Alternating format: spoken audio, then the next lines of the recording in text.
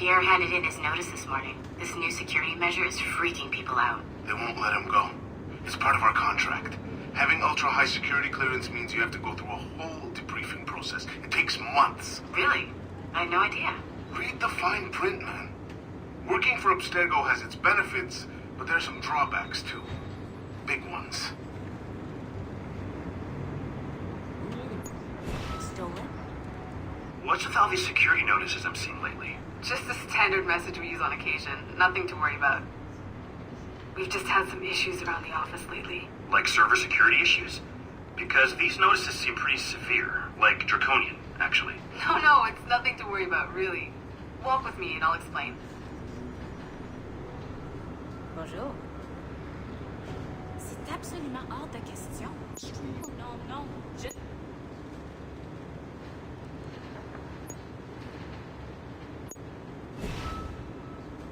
Hey, thanks for sharing the White Whale data with me.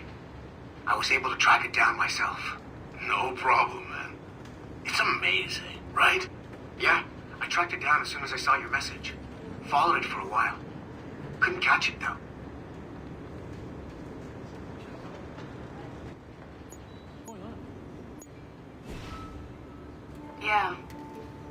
Yeah. He was killed. Shot in the chest multiple times. No, that shouldn't be a problem. We collected more than enough data to get... We'll know soon enough, but...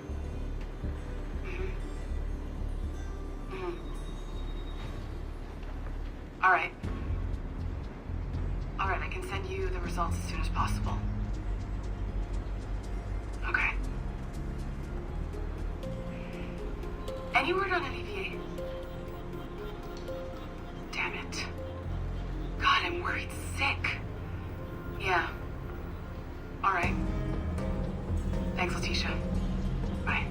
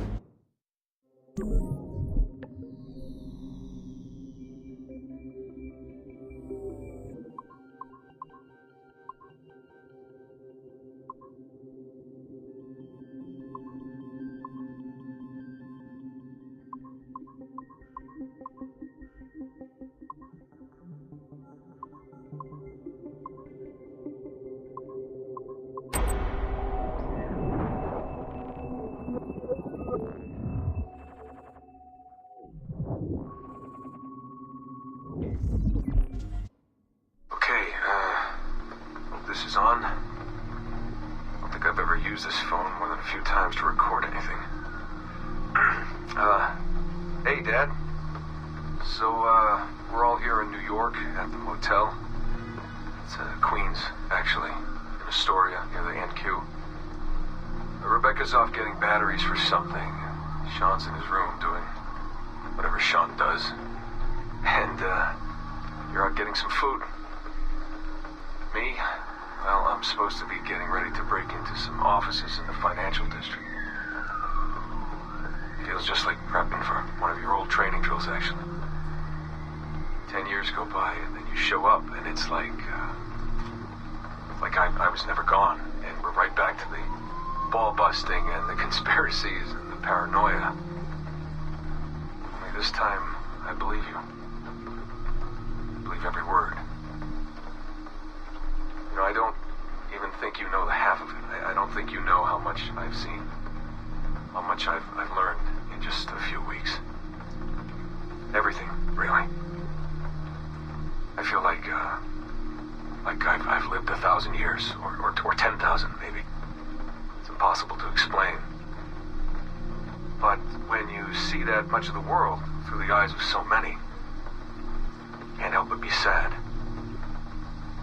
And to see all these incredible, intelligent people fight the same battles, make the same mistakes over and over again. Because culture and knowledge and history, these things, they aren't passed on through our genes. Every kid on Earth needs to relearn the basics. How to live, how to survive, how to stand up for what's right. So much is lost in the transfer. So much is added every generation. It's a shame. I mean, over and over, everything must be learned again.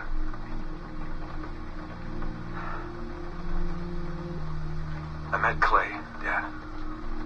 Clay Kaczmarek, in the Animus. I knew him by his Abstergo handle, Subject 16. My predecessor. And he showed me things. He passed them to me, just before he died. Or got deleted or whatever. Everything he'd learned, everything he'd seen. God, how do I talk about this? So, guess you trained him. Huh? After I left, he really looked up to you, and now that I've seen through his eyes, I think I understand why. I'm glad you had him around, even if I wasn't there. The things he showed me. Unbelievable things. And I never... Shit. Alright, I'll be back in a second.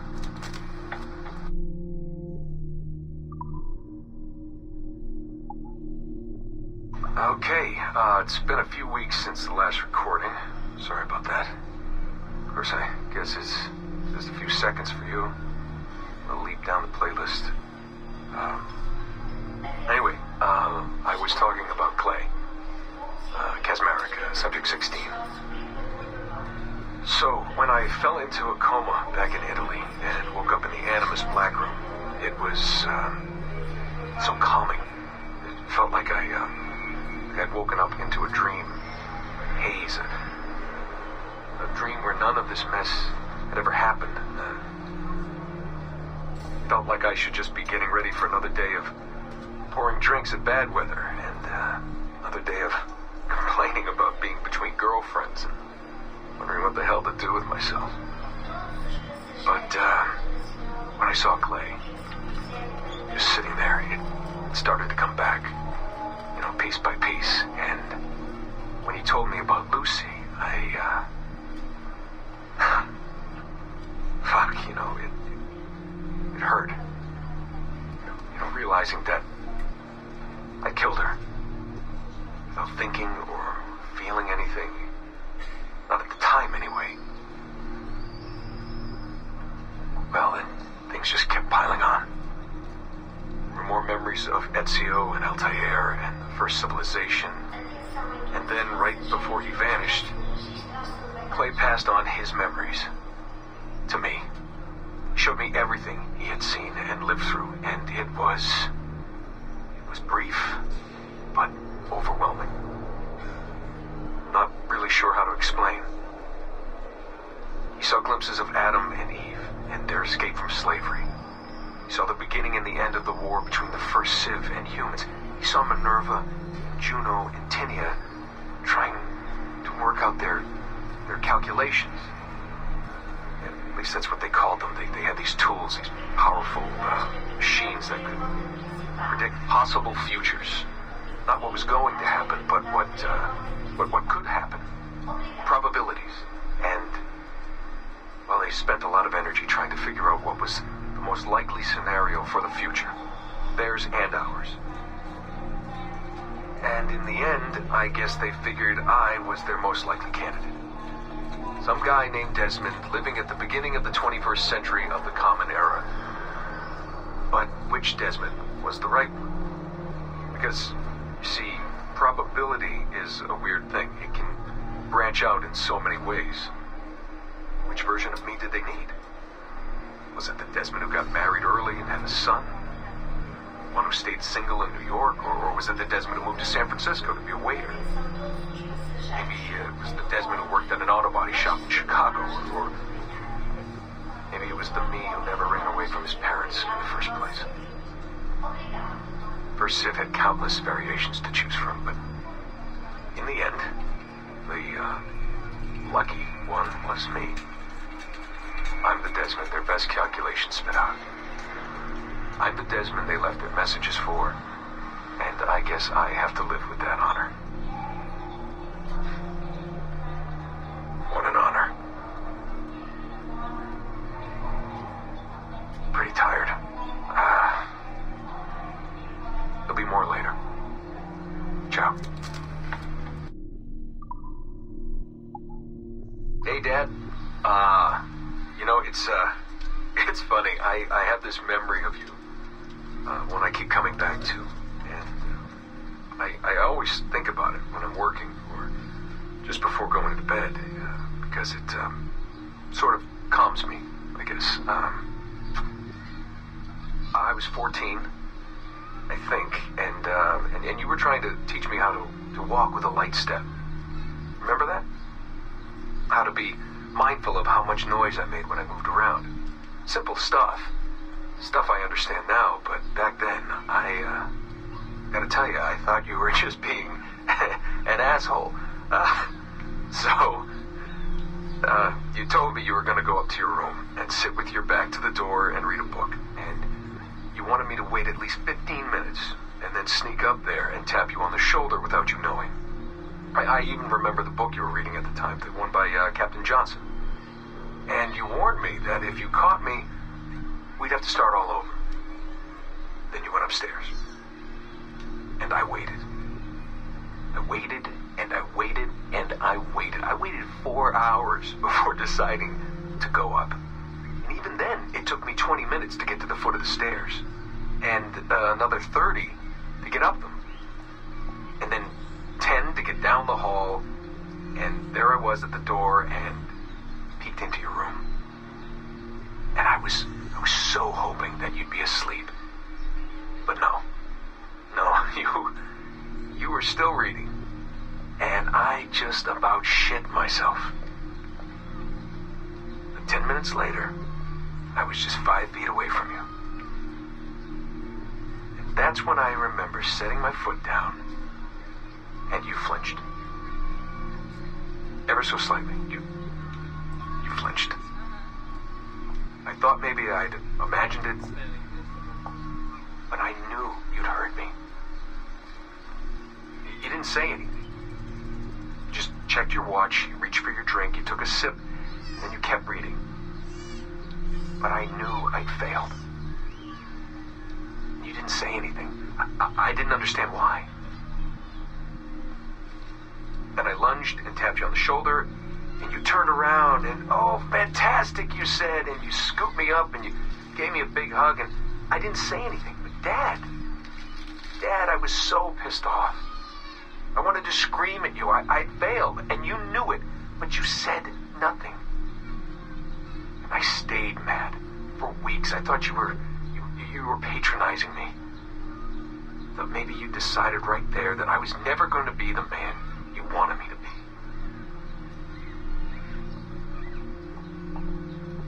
But I realized just a few years ago that you checking your watch, that was the clue, wasn't it?